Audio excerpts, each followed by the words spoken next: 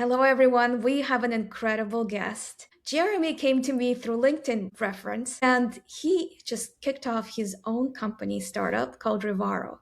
But prior to that, he spent many years perfecting his skills as a platform engineer and product manager. So, Jeremy, tell us a little bit about your background and what made you start Rivaro. Yeah, and thanks, Vicky, for having me.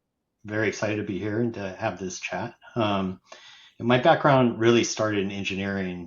I really coded since a very early age and started programming for about 15 years or so and ended up in engineering leadership and then really wanted to have a much closer pulse on the customer and have more influence into what was being built. And so at that point, I transitioned over into product management and have been doing product management ever since and doing product management leadership. Most recently, I worked at a company called 8x8 where we scaled telecommunications from 300 million to 700 million in revenue. And before that, I worked at a company called Jive Software where we serve the Fortune really 100 to 500, about 25% of them doing very large scale platform social collaboration work. That's pretty amazing. So, you know how to scale companies. You don't just take an idea, but you know how to grow that idea. So, what made you kind of arrive at Rivaro? Why is it important to have Yeah. it today? Yeah. So most recently, what I had decided I wanted to do was really learn AI and not just kick the tires and listen to the webinars, but really understand the underpinnings. And so I started to dive into the engineering side of things. And the deeper I got into it, the more what I saw was a big gap in the market where traditional security was not fulfilling the role of what was necessary in order to really control and audit the AI agents. And so that got me looking into how I could go about helping build something that would give it an AI control plane, if you will, on the AI agents so we could have traceability, have auditability, and have real-time enforcement on what the AI actions are doing. So, you built the company using AI, and I wanted to ask you more because you've been experimenting a lot with wipe coding and just building this incredible application. What was that process like? How did you do it? Yeah, so it's interesting because I started out vibe coding. I'd say like my very first prototype was vibe coding, and I ran into limitations very quickly, especially being a seasoned engineer. I know what good code and bad code looks like.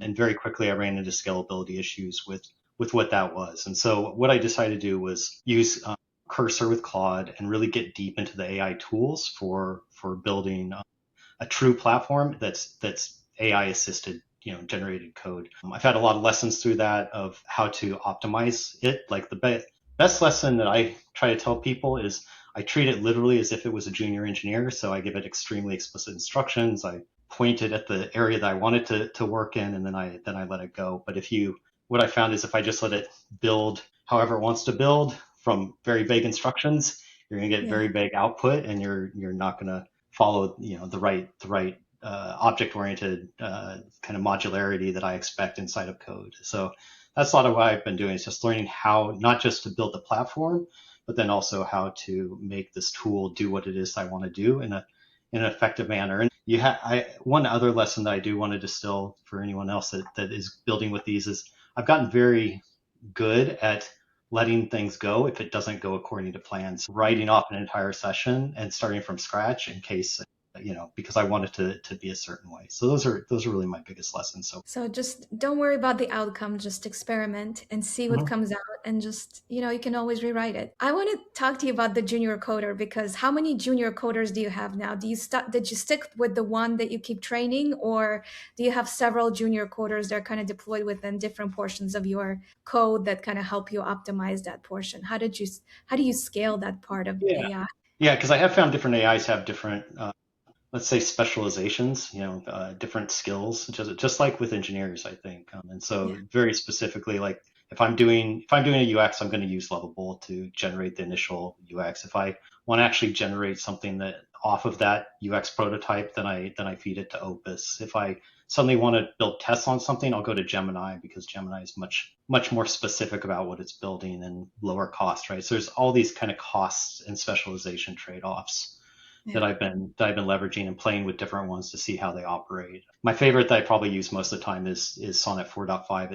If I'm not doing heavy architectural refactoring, it has it has the most general purpose and I'd say lowest cost for what the output is from my perspective. I love that you're talking about costs because a lot of times we don't consider, we hear the names of all these tools and vibe coding. Costs are really important to manage, especially when you're a startup. So how do you decide like what's been your average? I'm just like a running rate for an agent. Like what are the ways that you're measuring too much cost, maybe too little cost? Like I don't even have a guidance around that. Yeah, I think, from again, like they have cost sheets out there, so I actually look at what the cost for both input and output is and do pretty strict analysis of what it is I'm doing and how large the project's going to be. Just like I would with an engineering project, right? If I was product managing an engineering project. And so, from my perspective, the costs get very large if you go with, a model that's more expensive, and I hate to name them out loud, but I will. So like if you go with Opus because it's the most expensive one, I use it a lot of times for doing the overall architecture and then coming up with a plan and then feeding it to a lower cost LLM.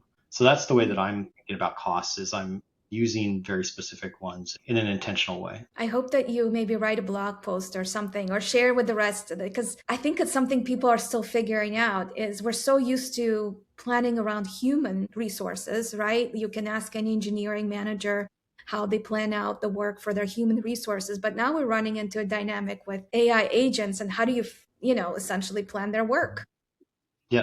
for Yes. your application. And then that extends into why I built my product as well. Like that's a lot of what the impetus was behind wanting to build Rivaro was, we now have our, if you will, human workforce that's very regulated, very has controls, has audits, right? Like if you do a meeting, there's going to be notes, you're going to have an audit trail, and then all of a sudden you have all these, let's call them AI agent workforce that doesn't have that same level of auditability, doesn't have that same level of control, doesn't have those same sort of limitations and regulations that we put on humans. So I think like that's a lot of the reason applying that same sort of philosophy. That's a lot of the reason why I built Revaro was to have that same sort of regulatory and cost control in place for agents as well. I love it. Tell me more about Rivaro. I'm really curious now. What exactly does it do in Yeah, terms of security? yeah. So really, there's two key problems off the bat. One is, what agents are running. So what is out there? When we talk to security professionals, CISOs, their first question is, what is my attack surface, right? How many agents are actually running because they can't get that. And then the second problem that they really want to understand is how do I secure these agents now that I know that they're running? And there's a lot of different angles that people are taking where they're trying to secure the data or they're trying to secure the model. I've taken a little bit of a different approach where I believe that you actually have to secure the agents. So both incoming and outgoing. So what I'm doing is policy enforcement on the actions themselves that the AI is taking and that the actor is taking on the AI. And then we have dynamically applied policies and behavioral policies applied to that. Okay, so for those that are not in the security field, Mhm. tell me more about the actions. What does that mean, actions that they're taking? So, for example, an action that an agent can take is go, and anyone that's used ChatGPT has seen this, right? You type something in there and it goes out to the website, out to the web and reads something, right? That's an Mhm. action that it takes. But where it gets interesting, and especially fast forward, say a year from now, and you have autonomous agents all operating independently, those actions are going to get riskier and riskier, where it's go send an invoice, go pay an invoice, Mhm. go hire somebody. Like as these actions get riskier, right now there's no insight into why an agent took that action. So that's what those actions are, is any sort of autonomous behavior that the agent does that you did not tell it explicitly to go do. I that makes a lot of sense, right? It's the next evolution of what can happen. And when that agent does pay your bills or does answer your phone call, you're providing them with private sensitive information. It could be your name, it could be your address, it could be how much money you have in your bank account, whatever it is. So how does your platform help identify those risks as they Yeah. happen? So we can identify, we do two things. One, we give the agent an identity itself. So an agent is now not just a tool that's sitting out there. It's now an actual, if you will, employee or what. It's an entity. And then secondly is we identify exactly what that agent should do when it encounters certain scenarios or what we should do in those scenarios. So for example, let's say that you are sending private data and somehow you put a social security number in and we say you should never send a social security number to this agent. We can actually take enforcement action on that and prevent it from going to that agent. And vice versa, if the agent goes to do something that it's not supposed to do, we can prevent it from doing that thing that you've specified for it to not do. So it's essentially you stop it from doing the action if you find that there's some sort of risk or threat in that action. Yeah, we So have they wouldn't different, yeah, complete it. correct. We have different options. You can block it, you can log it, you can redact it, right? There's a number of different actions. You can forward it. So we do fit into traditional security architecture stacks. So you can send it to a SIEM provider for notification to, the standard that we integrate with identity stacks as well. So it's really about giving a lot more visibility and control over what the agent is doing. In essence, giving an AI control plane. I was just thinking if I was a security manager, I would want some kind of a report, right? Because you can't watch every action an agent might be doing in a 24-hour period, but you want to regular check in. So is there any kind of like reporting, or is it more of sending information to your regular kind of reporting stack and then you can integrate it with other pieces? Yeah. So as a side effect of this, we actually do two things. One, we generate an evidence log. So you got full traceability that you can drill into any sort of incident that you want to, as well as we generate compliance logs. So as you're running into PII, as you're running into GDPR violations, SOC violations, we're logging those in reports and making them audit ready. Not our core focus. Our core focus really is the security aspect and the control aspect. It's nice to be able to have that evidence and that compliance chain as well for auditors when they require it, and so that you can go and do investigations as well. That's very, very important because that's one of the things that everyone struggles with right now is companies want to deploy agents and they are empowering people to deploy more agents, but there's very little control and potential compliance exposure as a result of that innovation. So your software actually helps them stop that. That's right.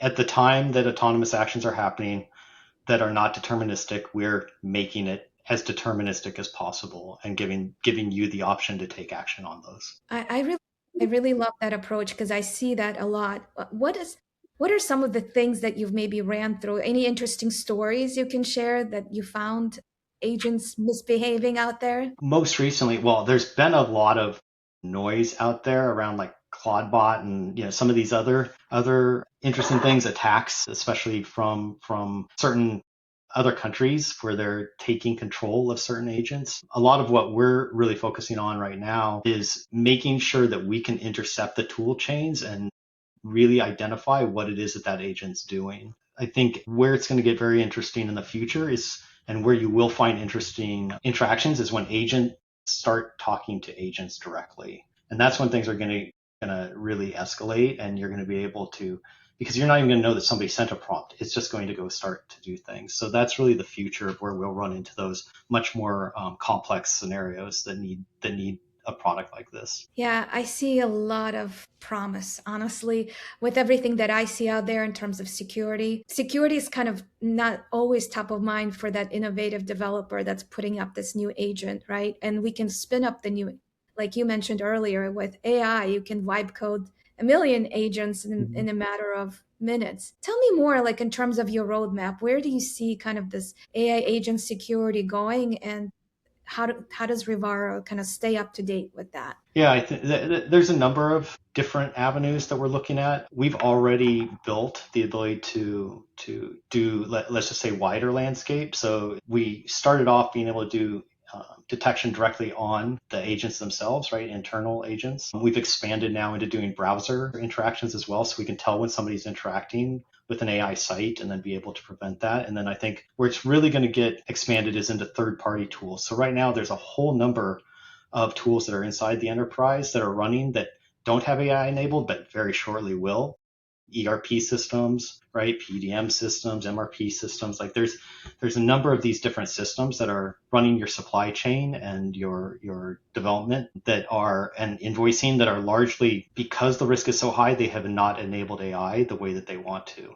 Once those efficiencies start to happen, that's where those third party tools, I think, is going to be a vast acceleration, and suddenly that risk footprint is going to be much wider. That's a lot of what we're looking at. Yeah, so tell me more about the risk footprint. He was really viewing that risk as the risk of that company. So SAP as an ARP carries the risk of deploying their AI agent. It's not on him because he's the user of that agent. But in my mind, you carry the same amount of risk, whether it's an agent built by your employee or whether it's the agent deployed as part of the system that belongs to you, like an ERP system. Right. What's your perspective on that? And and at the end of the day, you really have to look at it from the CISO's perspective, right? Not from the who's right or who's wrong perspective. I think from a security roles perspective, security inside the enterprise ultimately falls on their shoulders. And I think like one of two things will happen: either they won't allow AI to be enabled on it, which is not a good answer, or they need to find a safe tool like Rivaro that allows it. I mean, that's why I created this tool so that this platform so that they can enable those third party systems without the significant high risk that they have right now. I mean, my opinion is that at the end of the day, if an invoice is sent that shouldn't have been sent or a bill is paid that shouldn't have been paid, they're not going to say, well, that's SAP's fault. They're going to say That's what it's I their think fault too, that it wasn't honestly.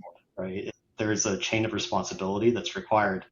And I do think like it puts the CISOs right now in a very difficult situation of signing off on something or potentially walking away and saying, I can't sign off on that risk. Yeah, and then you might not make your systems available for optimizations that that agent might bring in terms of supply chain in this Exactly. example. So it's interesting that you mentioned SAP because that is one of the ones that we're actively looking at about how to secure that in real time with minimal intrusions. That is one thing that we did do on the product as well is the way that we are set up is super low barrier. We don't require you to code and it's very simple to configure. And so the idea is that you can just wrap around that AI and then the security is there, if you will, at the speed of AI. No, that's exactly. You're exactly right. It has to be at the speed of AI. Like we can't wait anymore for someone to look at logs, process Mm-hmm. that information. It's all real time now, which makes this so much more urgent to secure and to do it right.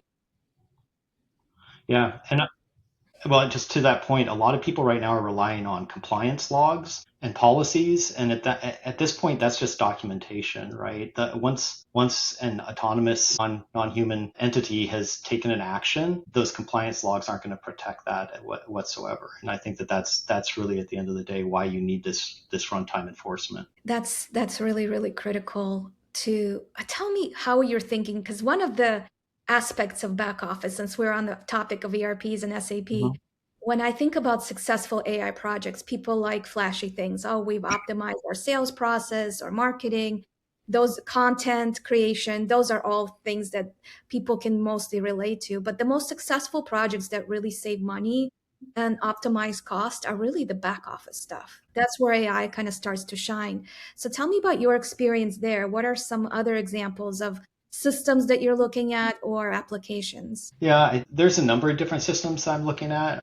One of them, like I mentioned, SAP. Another one is Workday because they're making pretty instrumental decisions inside of that platform. Those are the two off the cuff that I decided to look at. I know like Oracle Financials is another one, right? That you can start to figure out what exactly they're doing with their AI initiative. Obviously, they're very all in on AI from a supporting perspective. At the end of the day, though, whether it's those third-party tools or somebody spinning up a tool that's interacting with those third-party tools, that's another risk that you run. Now these people are spinning up these mediator AIs between these systems as well.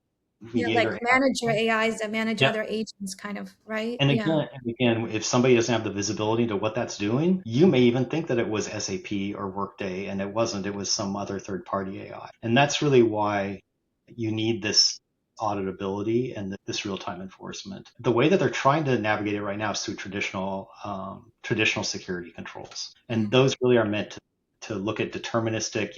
I call this API. The API does one thing, and I can protect to say as long as this person called this API, it's safe. And you just no longer can rely on those security controls like you used to be able to. You bring up an amazing point because we are used to machines communicating with APIs, right? They Yeah. they follow certain schemas, certain controls that are within or defined by that API. But now potentially agents don't really need to communicate through those channels, right? They have their own That's channels where through MCP servers, LLMs, right.